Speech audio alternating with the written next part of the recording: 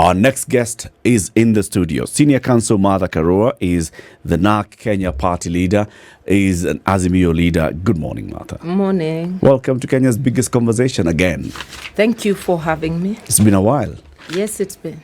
But good to have you here.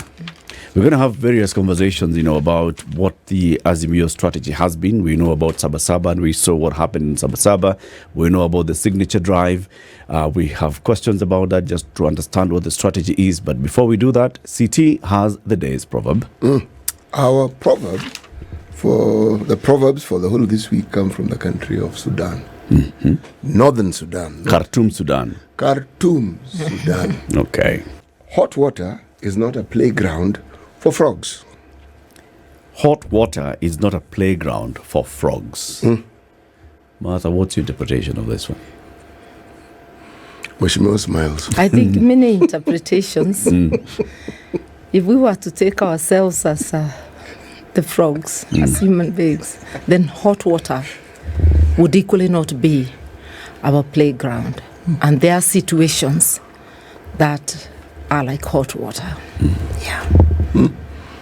It's not our playground. No. So we better be careful. Very. Yeah. Straight into the conversation then, Martha. On Friday, the leadership of Azimio had called for nationwide protests. Yeah. To come out and send a message to the government on taxation, on other issues. And this is rallying. One of the things was a rallying call for a boycott of taxes, among others. We saw what happened. We saw what happened in Nairobi. We saw what happened across the country. Overall, when you sat back at the end of the day as the leaders of Azimio, how did you score the day? Did you succeed? Was it successful? It was highly successful. What I can say is that this civil action was devolved. This is the beginning of devolution of civil action or people's action. And the way the propaganda of the Ruto regime has been is like the demonstrations are an affair for our leader, Raila, and his people. But Friday proved that wrong. We had very vibrant demonstrations in Kisii, and there was no Azimio top leadership. It's the people's action. The same with Mombasa. And you saw in various other parts of the country, in Nairobi, in Kirinyaga, I launched the collection of signatures in a town hall meeting, which was very well attended. And there were various actions. You saw Kalonzo in Kadhiani, in Machakos, and there are many, many other places. And the response of the people was very good. Demonstrations were peaceful until police took violence to the demonstrations. In Mombasa, the police had even publicly assured them that they would facilitate, meaning overseeing peace. But they're the ones, unprovoked, who attacked the demonstrators. The same in Nairobi, as they were marching to the city center. And it's not an offense to come to the city center. They were just expressing. And in a way, Nairobi was able to show that people are there. Every day we are facing these questions from the media and from detractors that, how many people. I invite them to count how many people marched from Kamukunji towards the city center. And that's just a tip of the iceberg. That's the way it's been wherever we go in Nairobi. Whether it is that Kawangware route we did the other day, whether it is Kibra, whether it is Mathare, whether it is Embakasi, that is the signature. And even when we had countrywide rallies, that was the signature. And I think it is time. We've started with that proverb. Let's all agree that hot water is not a playground for frogs. You see, we may wonder why Khartoum's Sudan has had 4 upheavals.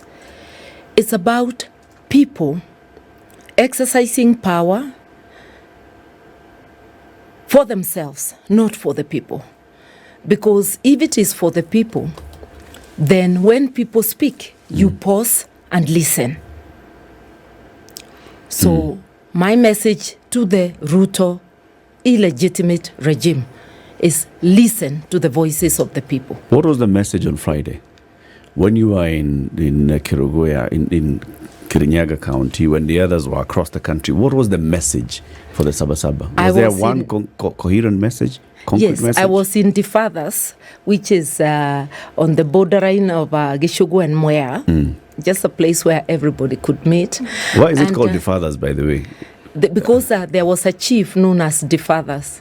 So Difatha, so it becomes Difathas. We have Kutus, there was a chief called Goto. The white man could not say Goto.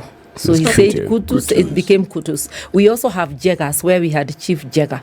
So it's of names and people. Okay. So we were at the fathers, and the message was consistent. We've been telling Kenyans, look, you have power. Article 1 says sovereignty resides with the citizens of Kenya. That's a constant message. And we are telling the people they cannot exercise that sovereignty either through elected representatives or directly. Since the elected representatives have refused or are tone deaf, a majority of them, to the people's cries and needs, it is time to exercise that sovereignty directly. Since there is no place enough to hold a general meeting of the Kenyan public, we will hold as many meetings all over the country. And how then can Kenyans express themselves, and how can those who ask, but how many are you, know how many we are? So the people will hold their own referendum of signatures, so that by the time we hit the threshold of 10 million, then we know a majority of Kenyans are speaking. So that those signatures are people exercising their will directly, their sovereignty directly. They are not for taking to any institution. It's literally a body count of the people who are supporting the cause. Do you see this position as one that is used as a conduit through which the voice of the people will be really heard, or is it an Azimio voice? And I think that's the question. Are we talking about Kenyans saying something and using this platform to express that, or is it still the grievances that Azimio has? The grievances of Azimio are Wanjiko's grievances. From day one, we have talked about cost of living. The Ruto regime has shown Kenyans the contempt card. Cost of living was bad when we started. End of year, last year, early this year. It has been exacerbated by the measures taken in the finance bill. That's a contempt card. And I think this is hitting everybody where it hurts most: on your plate, on your sick bed, on education, on transport, on virtually everything. That cannot be an Azimio, a Raila or KARUA problem, or Kalonzo if you like. It is a problem that is hitting everybody where they are. It's actually economic violence on the people of Kenya. The second issue about electoral justice, and that's why we were demanding the servers to be open. When elections are manipulated, it is the voice of the people that is being trashed. It is so much a people issue. There is a reason why people elect, make choices to elect, because they have hopes that their aspirations, their needs will be looked after by their representatives. You can see the sorry situation we are in as a direct consequence of trashing the people's voice. So that issue is a people's issue as well. And it's the same as appointment of IEBC commissioners. Is it a William Ruto commission? Is it a Kenya Kwanza commission? Or is it a Kenyan commission? You don't abuse the position you have usurped or sat on by whatever means to make a personal commission. That's what we are saying. When it comes to the fourth issue, respecting multi-party democracy. And our constitution proudly states, Kenya shall be a multi-party democracy. When you start buying off elected members to cross over to your side or to vote with you without doing what is right, because members are not tied. They can cross the floor, but the consequence is that you go back to the voters. So when you start abusing and, undermining multi-party democracy, again, you are trashing the voice of the people. That constitution we made is the people's, if you like, covenant with those entrusted with the leadership. So when you abuse it, you abuse the people. All those are people issues, and that's why they resonate with the people. And the issue of the day is firstly the cost of living. Yeah. You know, this message, and that's what I was asking about messaging, it appears it had gotten to a point where it concretized into a message that had been broken down into the 4 issues that you've said. Yeah. Before it came to the 4 issues, there are very many issues as you're going around the country with the town halls. Yeah. And at that point, you said we were listening to the people so we can get the issues. You came with the 4 issues as Azimio. And when the president then said, let us sit down and have some bipartisan talks, it was clear what Azimio was taking to the table. These are the 4 issues. Since then, those issues appear now to have taken a backseat when it comes to the issue of tax. And I'm using this in reference to the calls for Friday's demonstrations. Yeah. In the run-up to Friday's demonstrations, it was not about these 4 issues. It was about now civil disobedience when it comes to tax. And we said, this is a call for tax boycott. We have moved the messaging from cost of living, from IEBC, from multipartyism and all. We are saying now, let us walk to work, let us carpool, let us do this and the other. But come Friday, you are not carpooling. You are not walking to the demonstrations. You're not using public means, like encouraging us to use public means and cram ourselves into PSVs, and in fact, we even load ourselves into double the capacity of PSVs. You, the leaders, are still driving in your big vehicles, and you know what that publicly means.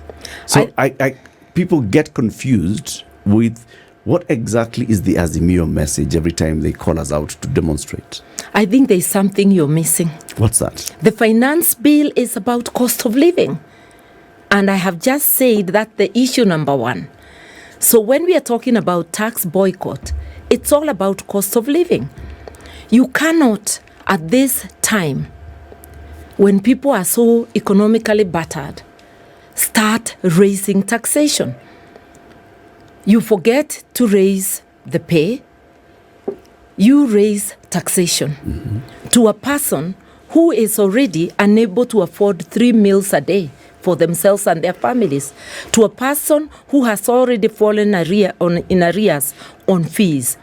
And on top of the usual taxation pay as you earn, you are now imposing a taxation for housing in quotes. We don't know whose houses, because for some of these low earners, and they are the majority, they would have to take close to 70 years to merit a house, say, of 2 million shillings. So what housing are you taxing them? A housing fund which is not for them. And which they have not identified as a priority. Remember, the Constitution also gives us the right for public participation. True. Where did people say that they wanted houses? People have spoken. The media has done polling, the various media houses, and over 90% didn't want that taxes. So you are imposing a punitive and oppressive tax to an already battered population. You are raising the taxation on fuel from 8 to 16%, making transportation and having a ripple effect which makes everything else go up, including food, on people who cannot afford a meal a day. Because there are some households that are going without a meal. So it is unconscionable. Taxation must look at the situation of the person being taxed. And if you look at our Constitution, Article 43, social and economic rights, it's the responsibility of the state to ensure that people have adequate food. That means that those who cannot afford, the state has to step in. Health, Yep. it's also an issue the state must take up. Water, housing, and also education. So housing among is there. other. Housing, what that means is that you have programs that provide housing. Housing has been on the table ever since the Kibaki government came in. It was taken a step further, and you remember during the Kibaki government, the Kibra houses were done. During Uhuru's tenure, and I'll call it Uhuruto because both of them were there, houses were done in Nairobi and Mombasa. Houses have been done all the time, but people have not been forcefully Made to tax. for it. Actually, literally removing food on the plates of the most oppressed. You exempt helicopter owners from taxation on parts, but you remove food subsidies. In a country where the Constitution tells you that you have to ensure that nobody stays without the basic needs. So we are saying our message has not moved. The So call it's to still action, the same. the call to action is diverse actions Okay. from tax boycott. You asked why we are not working. If I tell you about myself, long before the taxation issue came, I always carpool. In fact, there are meetings we have appeared in one car with Eugene at times, with other people. Carpooling is not a new thing to us. Even to do the things we do, we have to cut costs of how we operate. So we are not telling people things we have not done. So we when carpool. When you say let's have a tax boycott, Yeah.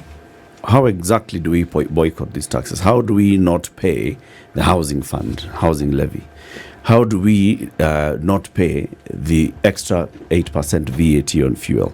How do we not pay excise on airtime and the rest? How do we boycott these taxes? Tax avoidance is not an offense. So you can find innovative ways. Like buying from a mama boga means you're not paying the 16% VAT. So you can avoid taxation anywhere where you can avoid it. Buy less fuel by carpooling. And I'm saying carpooling is something we already practice. It doesn't mean that I'll now park my car and start using a matatu. If I have to, I will. But there are other innovative ways, carpooling with friends, minimizing the places you go to, all those things. We are not talking of things that are not practical. And asking the matatu So it's people, what you're basically saying is let's cut our costs. cut our costs and avoid. It's not a tax boycott. It's a tax boycott. If I cut my costs, Martha, that's Yeah. not necessarily a tax boycott. You're basically just telling me, you know what, Eric, times are tough, so adjust your life. Adjust your life, go to a lower house so that now the amount of rent that you pay that goes into the tax, into the housing tax is less in terms of rental income is less. Take up a pay cut so the amount of money that you then deducted in terms of 1.5% of your income. That is me adjusting my livelihood. No, Martha, it's also tax. about those who can will boycott. Remember, not everybody is even in the mainstream of paying taxes. So you find ways to avoid giving this illegitimate regime the money they are so hungry for. And you can see already through the court, the state has given Kenyans relief, even if just for a few days, because the taxation that applies today is the taxation of yesterday. And it appears that those in the illegitimate regime are sometimes not well schooled because they were saying that they will now not get taxes, which is not true. They are getting, but at last year's rate. What was stopped is the rise. And there are many, many other places where people are being forced to pay more. Look at the people earning 500,000 and above, how much they're being raided. Remember, these are salaries you've already committed either to a mortgage, to this, your children are in a more expensive school. This taxation is not an Azimio issue. It's hitting everybody where it hurts most. Martha, I know we're going to go to a break in a minute, but I just have to ask, if we're looking at a tax boycott, what would it achieve then on the side of government? What would that achieve? Leave creative ways of how people can actually get this done, but then in terms of sorting out this issue at whatever level, what would that achieve? Just, making them get less money because they have refused to listen to Kenyans. They're making life more difficult.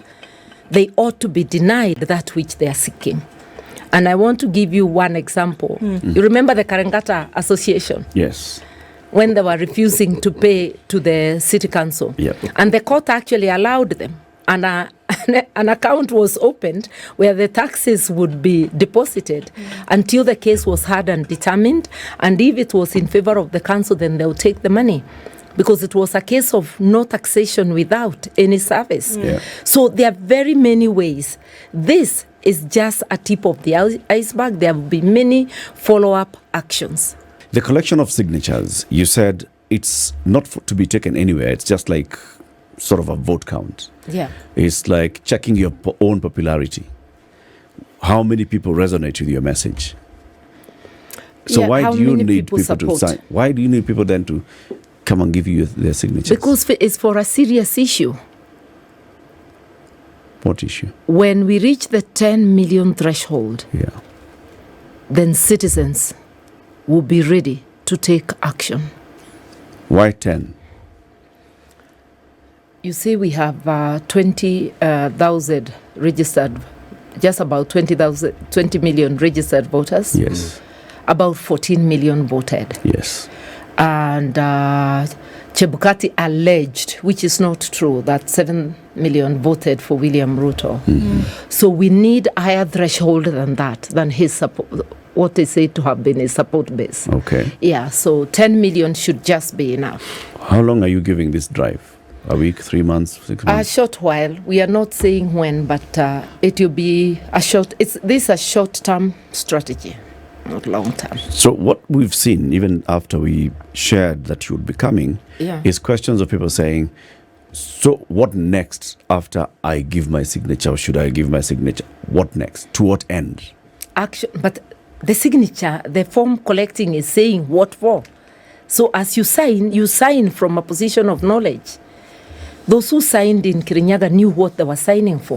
These are signatures to send the illegitimate Ruto regime home for their oppressive and punitive taxes and all those other issues. So how does the signature of the person who signed this end up sending Ruto home? Once I think that's a roadmap that people are asking. And you know, Martha, you are senior counsel. You understand the law, you understand the constitution, you actually midwifed this constitution, among others. Yeah. So you understand the constitution. How does collection of 10 million signatures end up sending William Ruto home? I already explained that. I said I didn't get it. Please repeat. It is not possible, even if you have huge rallies, to demonstrate that a majority of Kenyans support. So that's like a roll call. Plus also, where can we have our general meeting? So that general meeting will be in various places within Kenya. And once the signatures have reached that threshold, then we will communicate to Kenyans on the next move. You know, one of the things that I find confusing, this is me. Yeah. Perhaps it's because when I look at politics, I tend to juxtapose our politics, the politics of other countries. Yeah. Now, I am informed by those who understand the constitution better than I that our constitution doesn't actually allow for an opposition party. I'm not sure how this is true, but if there was an election and some people are said to have lost the election, then their position automatically, in my mind, reverts that of the opposition, in my mind, because they are not in power. So where are they? Now, there is the matter of the issues that Azimio has been raising. I mean, they're pertinent issues and they're real. But again, this is where now my confusion rises. I don't read much of what Azimio say would be the alternative. Like when they say we have a problem with food, what would Azimio do if they were in power? If they say this finance bill is completely nonsensical, okay, what would they offer? I say this because if we are to reach the end that Azimio proposes, and let's say perchance they are in power, what is this thing that they're going to do different? I think the first place I would send you is to the manifestos of the illegitimate Kenya Kwanza regime and the Azimio manifesto. Okay? Since we are people who believe in the rule of law and uphold the constitution, in a time like this, there would be food subsidies. We had clearly said that health will have universal health accessible to all. We had said that we will have free education from nursery up to university. And what a serious government would do in this situation is not to raise taxation for an already battered economy, especially taxing people's salaries beyond where it is necessary. You would avoid non-priority spending, seal the leakages, because we lose 1/3 of the budget to theft and abuse of the money. That is where you should tighten and avoid the leakage and get the money you want for the programs that you want. Look at what this government is doing. They're telling that person who cannot afford 3 meals a day to subsidize their lavish living. They had so much money, more than any other budget in history, more than the Uhuru budgets, on motor vehicles for 3 offices. For Ruto, for Gachagua, for Mudavadi. That's non-priority spending. When you're in an economic crisis, why must you buy new vehicles? If they were saying one for the top guy or something like that, this is splashing money. They have opened offices of first lady, second lady, third lady. It is okay, those offices can be opened, but don't allocate budget. I don't remember ever seeing a budget for first lady's office even in Kibaki's time. Even in Uhuru Ruto regime, they didn't have. So you can see they are increasing lavish spending. See how they use government facilities. Helicopters, it is not campaign time. How do you need a helicopter to move from Nairobi to Kiambu?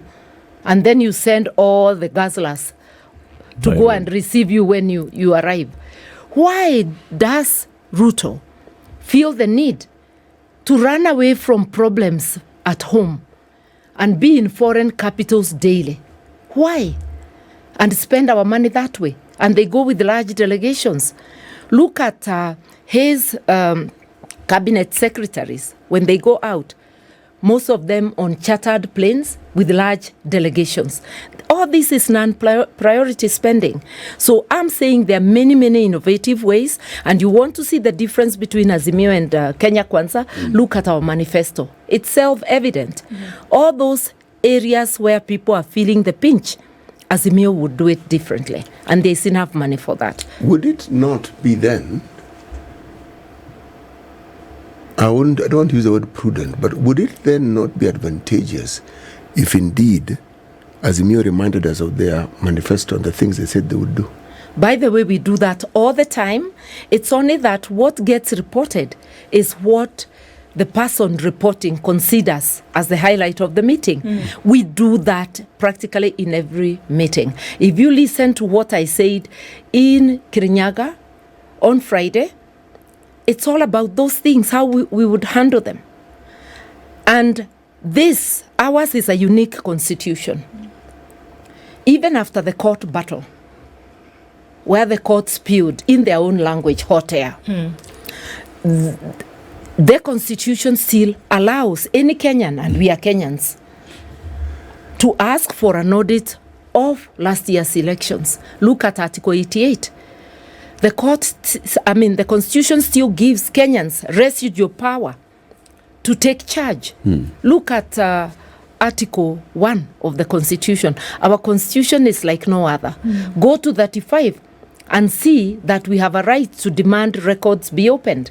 Let's assume or believe for a minute what the regime says that they won, how would it hurt them if we were to open the records?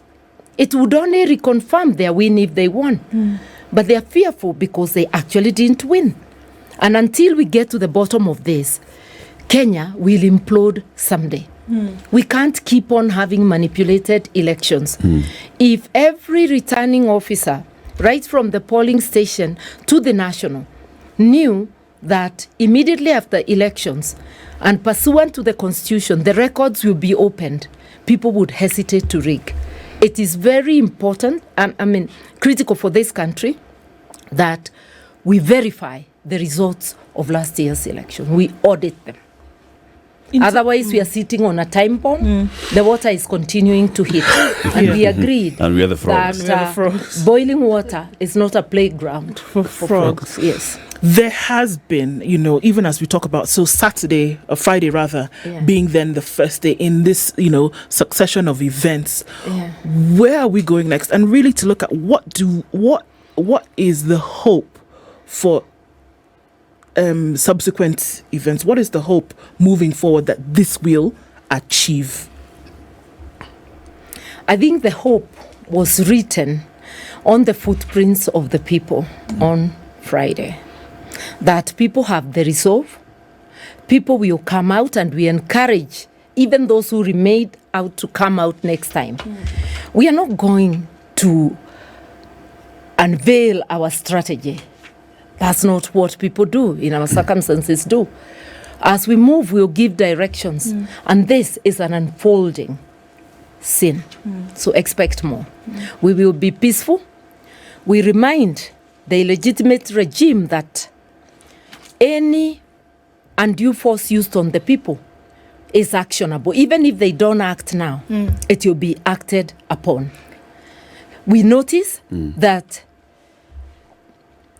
unnecessary force is always used in Nyanza, in Kisumu, in Migori, and now in Kisii. That's where most deaths have occurred. And even in Nairobi, certain areas, there is more force than others. And we are asking, why do you use live bullets on unarmed demonstrators? Isn't the tear gas enough? Can't you fire blanks? This is war on the people, economic warfare and criminal use of force. And it will not be tolerated. And Kenyans will exercise their sovereignty to remedy this situation. What is the hope that the government of the day will actually do or will acquiesce to here? Because it's definitely, there is this movement that's going on, Martha. It's clear that there's hope that they will say something or do something or behave in a manner then that will then say, okay, this is satisfactory. What are you hoping? We are not expecting them to hear. They have proved they're hard of hearing. We expect the ultimate decision to be that of Kenyans. So we will mobilize Kenyans. And Kenyans will exercise their sovereignty. And that is all I can say for now. Martha, why has Azimio walked out of the bipartisan talks? We didn't walk out. What happened? They closed the door. Remember, these talks were supposed to take a very short time. Since Easter, which was end of March going to April, May, June, now we are in July, more than 90 days. All the previous talks, and I was involved in the IPPG talks, I was involved in the Anan talks, and we also saw the Kiraito Orengo talks. No talks take beyond 14 days. Because they start and members don't walk out. Even those of Anan took just a month, and they were so serious. When a regime is serious to listen and listens to its people, talks cannot take 90 days. No issue has ever been solved. Cost of living was not an issue to bargain. It's policy and action by the regime. Look at what they have done. Opening the servers, what discussions are there? You see, what the team negotiating has been subjected to is just filibustering, wasting of time. Not a single issue has been sat down on. And for that reason, the team withdrew. They were being kept for long hours. They arrived, the other team has not arrived. They take an hour, then they filibuster when they come. Nothing, not a single issue. And our team rightly said, and we backed them, no more talks. You know, we are beyond the talks. We sat here with the co-chair of the bipartisan committee, and this is the Honorable Murugara. And he said exactly the same things. Filibustering on the part of Azimio and such other tactics. If it is true, why are they calling them back? Let's assume it's true, and Azimio was filibustering. Why are they calling them back then to filibuster? Let us agree to disagree. Because they are hoping that this time you'll come back and you'll not be we are not going to throw words tactics at each other. We will say, gentlemen and ladies, let's agree to disagree. Yeah. And end it there. Yeah. Do you think, Martha, the problem in our country is mostly with, or is only with, President Ruto and his executive arm of government, or does it go to Parliament and to counties? I would say the greatest problem is Ruto and his illegitimate regime. He has invaded Parliament in an unprecedented way. Even President Moi did not break the law. He used to woo MPs and they would go back to the voter. This is the first time, with a progressive constitution, an illegitimate regime has bastardized Parliament. We are seeing them trying to interfere, even by their own statements, with the judiciary. So we are saying these are people. How has he done that, though? The are there members of ODM, of Jubilee, who have joined UDA or joined the Mani National Congress or joined Ford Kenya or any other Kenya Kwanza party? The law doesn't talk of joining. It talks of demonstrating and supporting the policies, deviating from the policies of your party. When people say they are now on the other side, haven't they demonstrated? You see? So you cannot ask about joining. Look at the law. The law doesn't say, it says associating. You know? So leaving the position of your party to support. And it's not on up issues that the party whips. Sure. But I have to ask, would it tell of the individuals then who've demonstrated this support for the other side? Or would it tell then of the persuasion that, as you say, the government is using? Does it not tell then of both sides? Here is an individual who's decided to go and demonstrate support for the other side, in whichever way it was used, but it also tells something of what their original position may have been, able to be swayed so easily.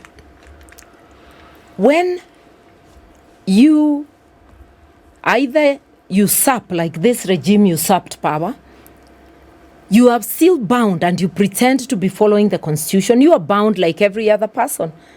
The leadership you gave is not that of violating the law.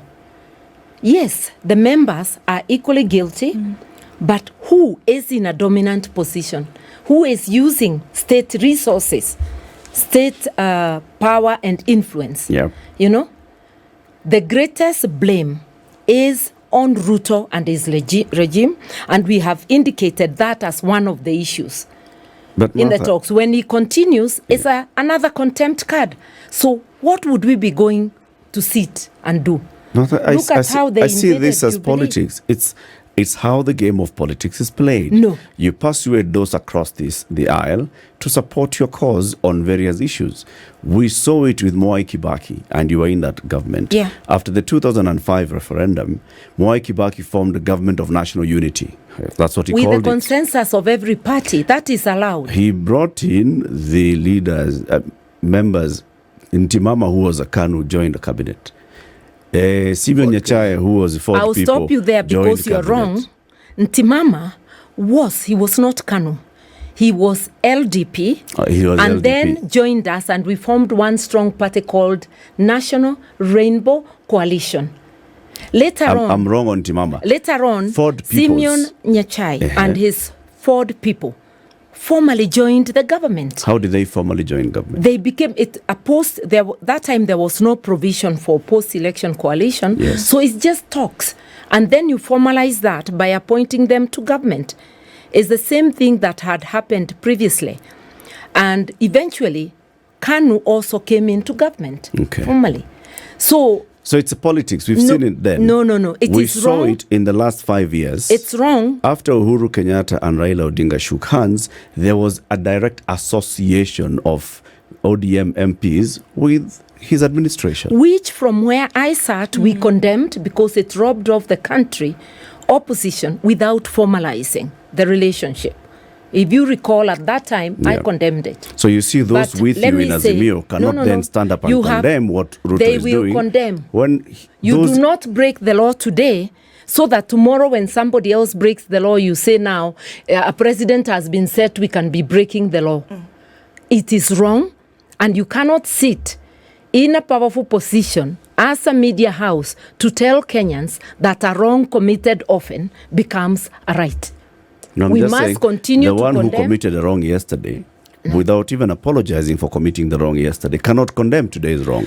Azimio was not in existence then. ODM was we in now existence. speak as Azimio, as a coalition party.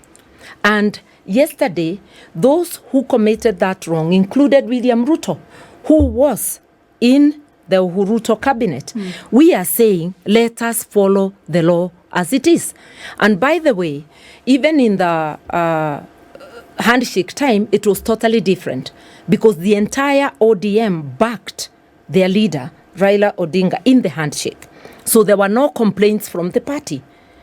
In this particular instance, the illegitimate regime of Ruto is using state money and peddling influence to buy off members of parliament until their majority leader boasts how they bought members. This is actually criminal because it's bribery. Right. It is also wrong against the Political Parties Act, against the Constitution. We cannot sanction this. And it is wrong for us to sit here and make Kenyans believe that there's something right in those actions. We also can't make Kenyans believe. Must resist completely this kind of action. Azimio is not powerless in this one. That's why we are taking action. We are taking several parties. I remember ODM has written to its members. Yep. Parties will take action internally. And as Kenyans, we are calling on every Kenyan of goodwill. We have lost the Republic of Kenya as we knew it. In its place, we have a colonial, exploitative and punitive regime. Together, we must resist and restore the state.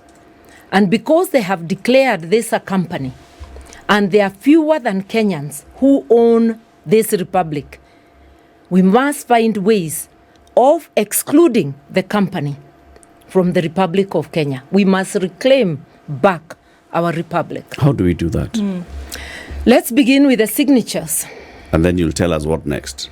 It's coming. Those who can interpret will interpret. This is the first time Kenyans are using Article 1. Just because it hasn't been done doesn't make it wrong. Right. Luckily today, we don't have to do anything outside the law. The law sanctions everything that we are doing. Yeah. Martha KARUA, always a pleasure having you here.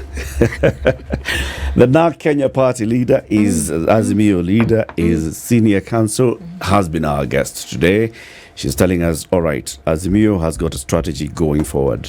One of them is this one, a 10 million signature drive as you continue calling for rallies.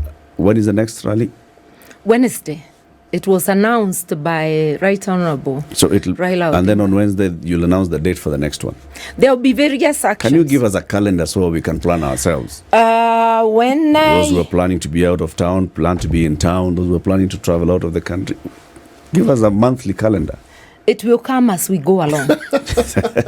You remember even last time we reached a stage where we gave you a calendar and told you Mondays and Thursdays. Yes. So it's coming. Okay. Yeah. This is the Situation Room, the only way to start your day.